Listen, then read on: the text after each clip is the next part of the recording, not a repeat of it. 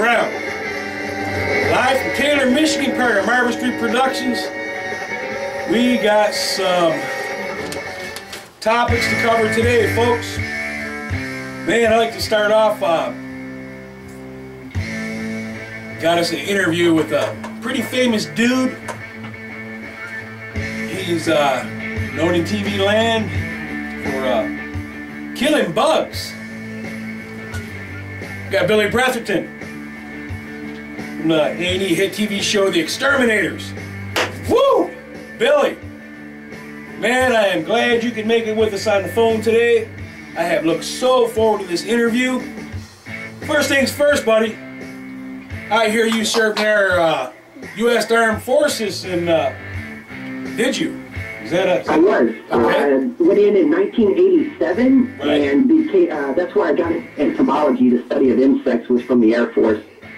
I'll be doggone, man. Well, good. Air Force, hey, buddy. Well, I know time is valuable, so I'm gonna move along here mighty quick.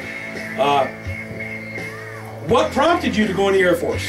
And not saying it's a bad thing, but what made you go in the Air Force? Sir, anything certain? Well, actually, I went in the Air Force for a career. Right. I wanted to be in law enforcement, try to get in weapons and stuff.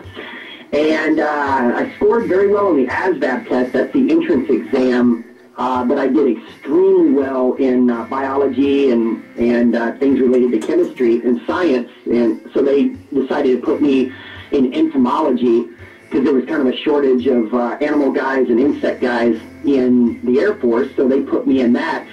And when I found out I was in basic training, I actually started bawling my head off when I called home to my mom and dad, crying because I just joined the United Force to be the orphan man and squish bugs. So I was devastated. Absolutely.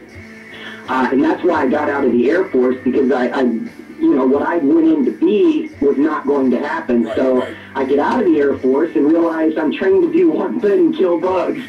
So I took on a job in New Jersey with a pest control company, worked up quick as a manager with the company, right. And when my dad retired, we started Vexcon in '96.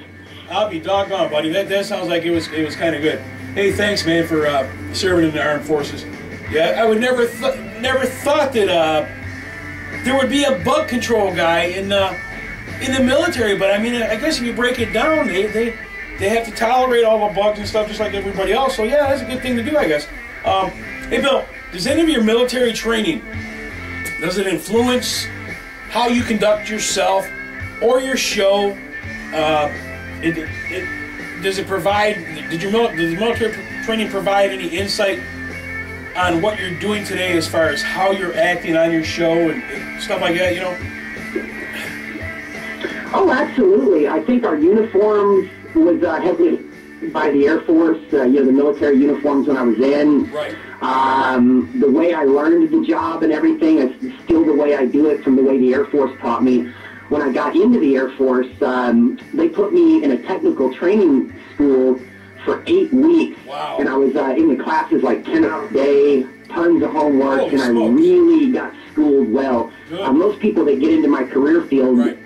Pest control, don't get that type of intense training like the Air Force gave me or the military did. And there's really no colleges that can give you that type of intense field training. So I really do thank the Air Force for the training. I'll be doggone, Billy. Hey, while you was there, did you see any active combat or live fire? I can imagine you probably did. No, I strictly dealt with insects and animals. I was on the flight line all the time, trying to stop the birds from landing on the flight line and sucking, you know, the birds at $30 million jet loaded with munitions. You can imagine the catastrophe that could cause with a bird and, you know, and that wild coyotes running across the flight line. Oh, yeah. Birds, they're when they defecate, that's very corrosive to the planes and the hangars, so I had to make sure that all the birds were out of the hangars. It was pretty intense, and anytime we had deployments, I had to know, depending on where we deployed around the world, what type of problems we were dealing with out there, so I could, at the campsites. So it was a lot of intense training, and it helped me immensely and throughout the rest of my life so far. Wow, it sounds like it, man. It sounds like you had a ton of schooling and seen some pretty a different side of the military than most of us would actually think there would be. And it's awfully exciting to talk to you. I really appreciate it. Hey, Bill. Another quick thing. You're known for on the TV show to squash bugs and get rid of wasps and stuff like that. And I remember an episode where you actually trapped a bobcat in a cage, and y'all lassoed an alligator out of a small pond, but you couldn't relocate him. You had to euthanize him because he was over 6 feet long, and I believe there's a law in Louisiana for that. Anything else? I mean, other than the pesticides and the trapping, or anything coming up, or what? Trapping has been the way we've been doing it so far, but I'm actually trying to get a license. I've got half the licensing done already for chemical immobilization using darts. Awesome. And I've got about half the licensing for that. As soon as I finish it up, we'll start using chemical immobilization, and we may eventually show that on TV. Oh, that'd be so cool. As the show grows, we'll start taking on like mountain lions and wild boars and bigger alligators and stuff, because we'll be able to handle it with the train guns. Right. That'd be really neat, man. That would be kind of cool. Build it up a little bit more. Building the exterminator out there with a trank gun, man, just taking down a mountain lion or something like that. Hey, man, how's it? I know VexCon is a real business you got down here. How's the TV show? How's it affected the business? I was just going to say the trank gun could really change the whole dynamics of the show too. So we're kind of excited about trying to get that worked out, and it's safe. Oh, absolutely. Sometimes we have trauma when we're moving an animal from one location to the next because they're so scared. With the darting, we safely relocate them, resuscitate them, and then send them on their way. So it'll be a lot cooler, a lot safer.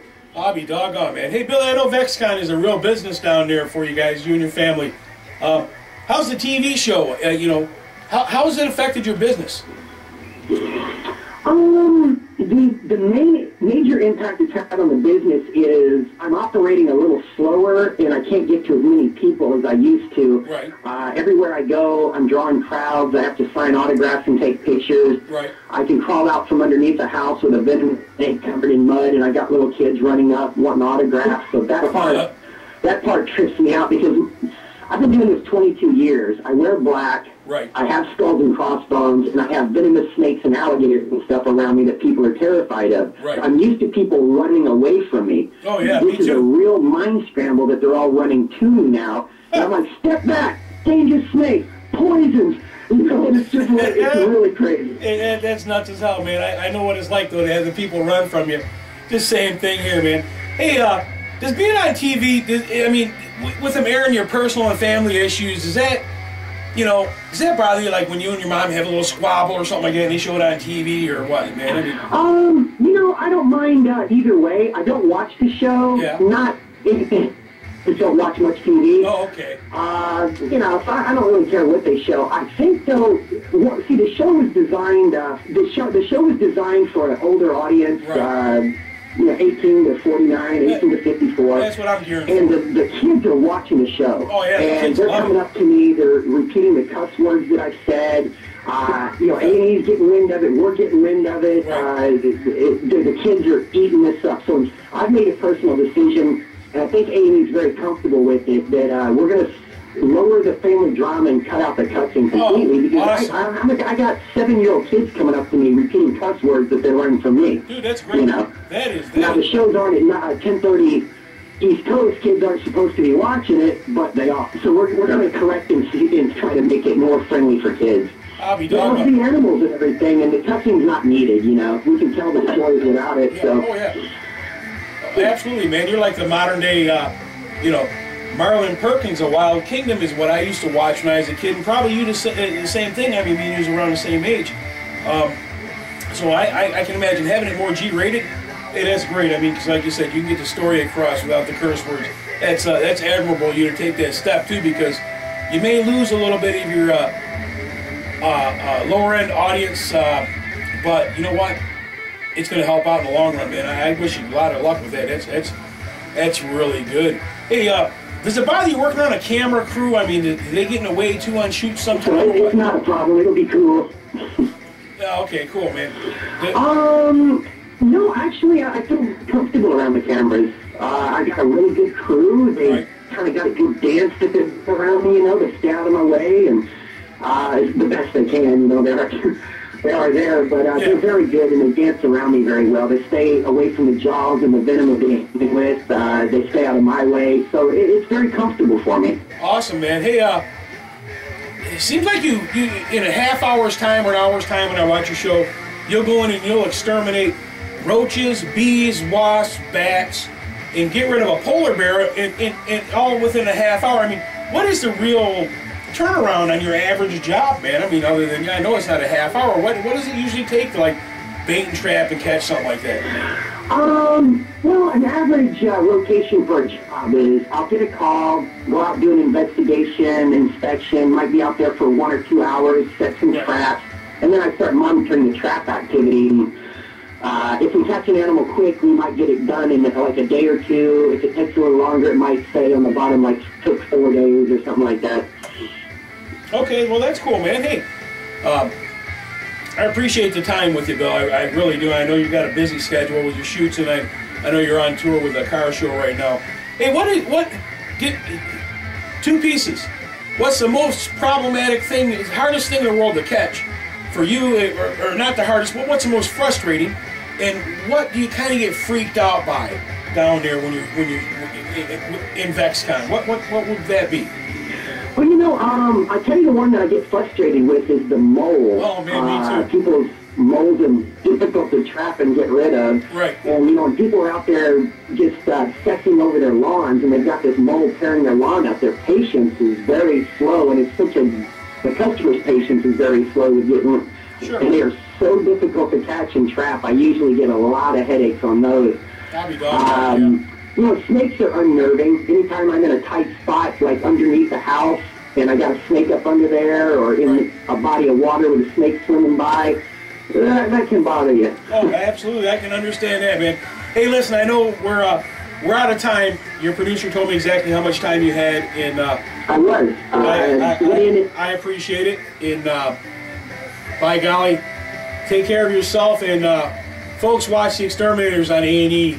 Check your local time for local time and listings. My advice on personal advice on catching ground moles. Let me make sure this phone's off. Okay, there we go. My personal advice, I'm known through the neighborhood here to how to catch ground moles, and what I usually do is I watch for I've tried the traps and the baits and the poisons, and even put firecrackers down here. None of that crap works. But you've got to catch them. You just got to catch them and take them far, far away, re-release them, or just euthanize them, which I don't like doing because they're such pretty little critters. What you do is when you find a new tunnel, you know, where the soil's pushed up, mash it down with your foot real lightly, and just observe it. You know, it's going to take a few hours, but I don't know, if you watch it. And if you see the soil pushing back up, and if you visually see it pushing back up, dig him out of there with your hands. And if you grab by the back of his neck, he's not going to bite you or anything. If you look on my Facebook, guys, I got a picture of me holding a mole from last year when I caught one. Another thing you can do is if he gets away from you like that, stick a water hose down in the tunnel and flood him out. It will come out. When they do that, pick him up, throw him in a bucket with some soil. You know, don't be cruel to him. Take him out and re-release him in the woods. Now, if you think you're just going to put him 2 yards down and get rid of him, no, ain't going to happen. He's going to come back to your yard. They primarily feed on earthworms, grubs, stuff like that. So you can get rid of them by taking away their food source, get rid of the grubs, get rid of all the insects under your soil, which is not good for your soil because your soil's got to have bugs in it to breathe. Or you can just get them out of there altogether. They do hibernate. They do have kits in the spring. They usually go their separate ways because of the food supplies. Once they get assorted tunnels and paths, they usually stick to those. They're held in the flower beds because the soil's loose. They don't really damage a lot of things. They will nibble on some roots. But that's it with ground moles. Hey, I'd like to say thanks again to A&E Network and Billy Bretherton and coming on the show. This Cave Talk Underground 2011. Don Honaker here. Stay tuned. We got another segment coming right up.